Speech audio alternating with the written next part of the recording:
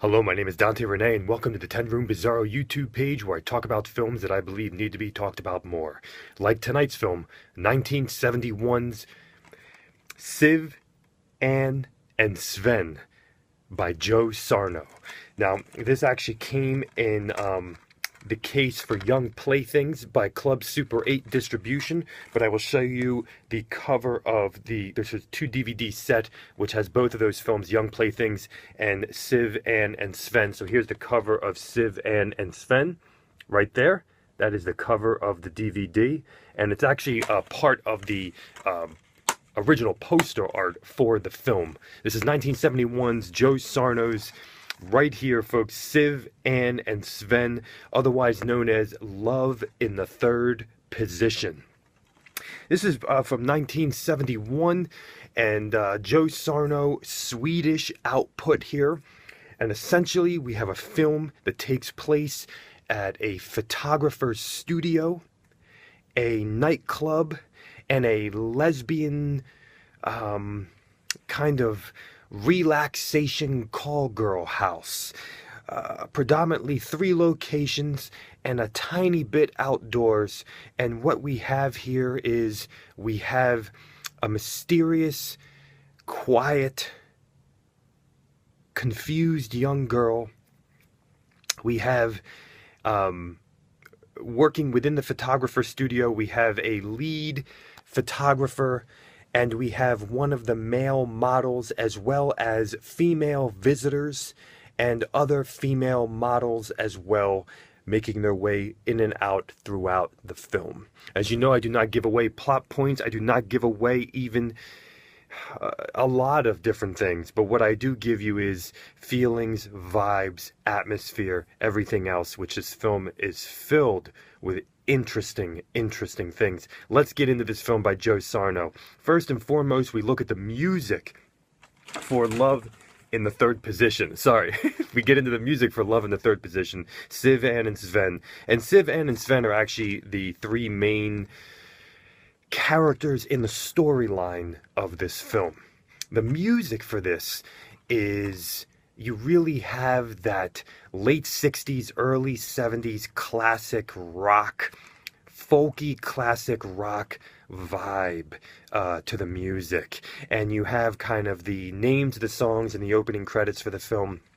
And this is really classic rock, English lyrics, and it's just that awesome, what you think of as early 70s hippie classic rock, folky, summer, outdoor, sweaty vibe of walking barefoot in the woods with grass in your hair and daffodils in your hair. That kind of, music. Just really good stuff. And we also have some pretty funky, groovy types of classic rock in the nightclub sequences for the film. But beyond that, we have a very unique sound design for this 85-minute film, where beyond those pieces of music that kind of bookend the movie and kind of just happen to jump up at various random points throughout the film, the majority of this film is in dead silence. Natural sounds, the moaning, the walking, the talking, the introspection, the thinking. And there is a very quiet sound design to this film that really evokes that type of emptiness and stillness and kind of that low budget echo emptiness. If you understand, as I've mentioned that before in other films, it really has that, just that empty feeling, that weird feeling. And we're getting the natural sounds here. Now, when we look at the style of this film, this was obviously a low-budget movie, but we have some very interesting things happening with lighting in this film. Almost spotlighting at times, where characters are almost in the dark, which works perfectly, especially in the back of the photographer's studio. And just the red light, or a spotlight in the middle of the floor with a writhing naked body, and in confusion and turmoil. And we have some very interesting lighting in here. We also have some really focused shots on faces. And there is this scene maybe halfway into the film where we have one face come into the camera, then another face kind of sits up and gets in the frame, and then another face. It's three faces right into the frame of the screen of the film. So some very interesting focuses upon the face, and with that emptiness of the sound design and the random models that are being photographed. This is a film of indoor environments predominantly, where we have almost claustrophobic indoor environments, empty indoor environments. Empty feeling is what I mean. We even have an apartment. It's very lonely. There's a lonesomeness to the environments in here. You would typically picture a photographer's studio with some music playing while the photographs are being shot, like in, I think of Joe Spinell entering the photography studio in Maniac, with that great disco music playing, which I have a 45 of. But so you have these environments, and they're low lit.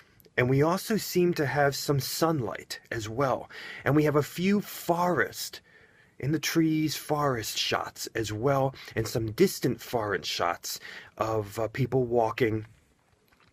But it's interesting because as we see some models being shot, we ourselves, the viewers of this film from 1971, are viewing a film being shot. And so you have that type of interesting photograph within the photography and cinematography of a film. We also have some very, as I said before, almost pink-red lighting within this place. I believe it's called Juno's or June's Place, which it's a place for the women to go to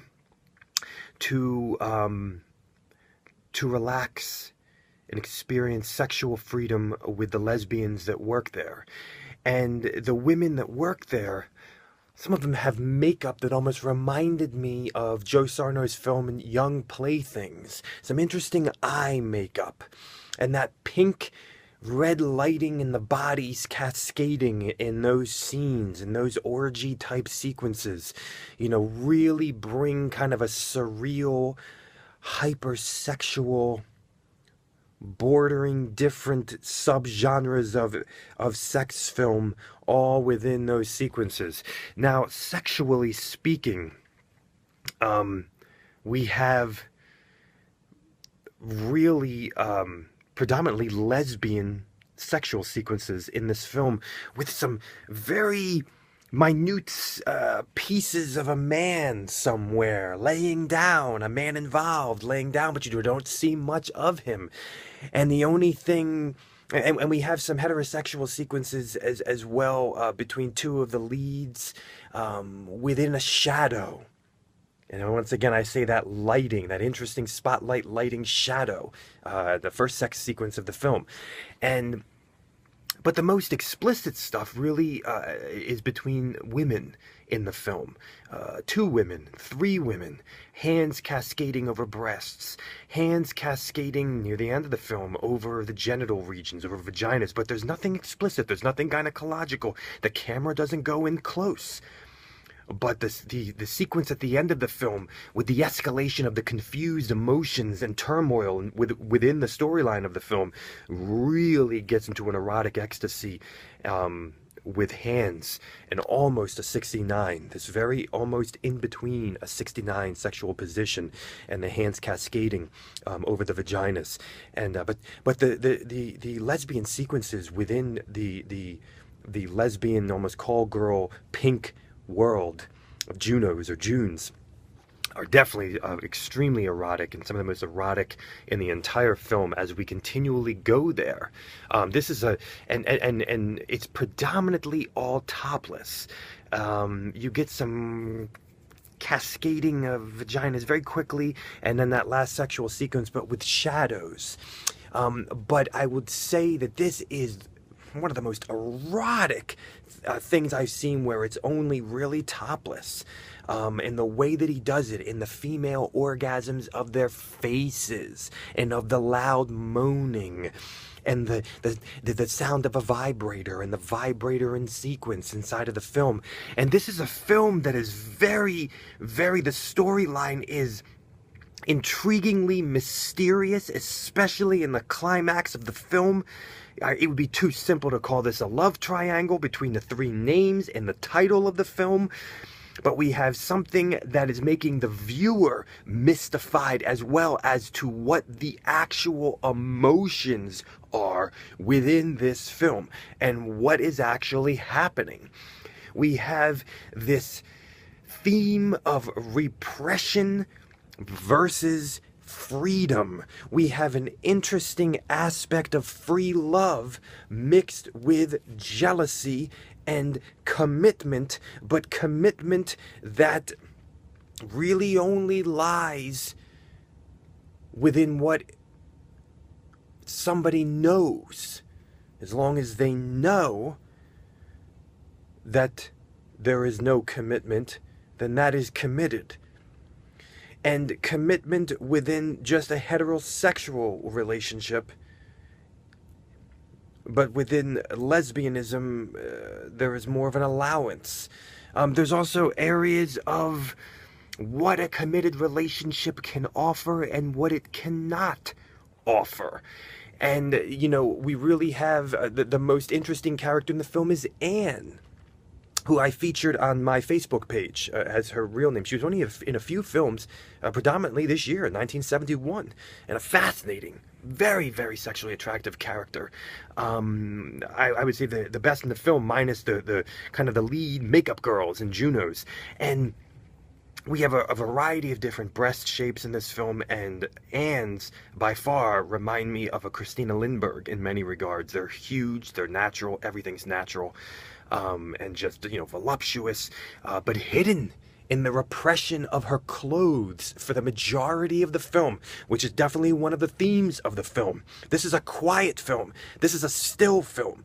This is a repressed film with injections and explosions of orgasm and moaning and sexual confusion and freedom and needing sexual release.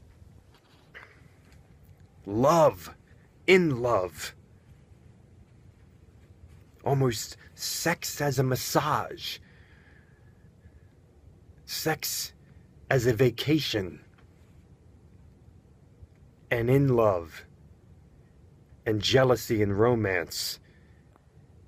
And different perspectives, a la almost the biblical book of Job, where your friends are telling you different things about what reality is or is not. This is SIV, Anne, and SVEN, Love in the Third Position, Joe Sarno's 1971.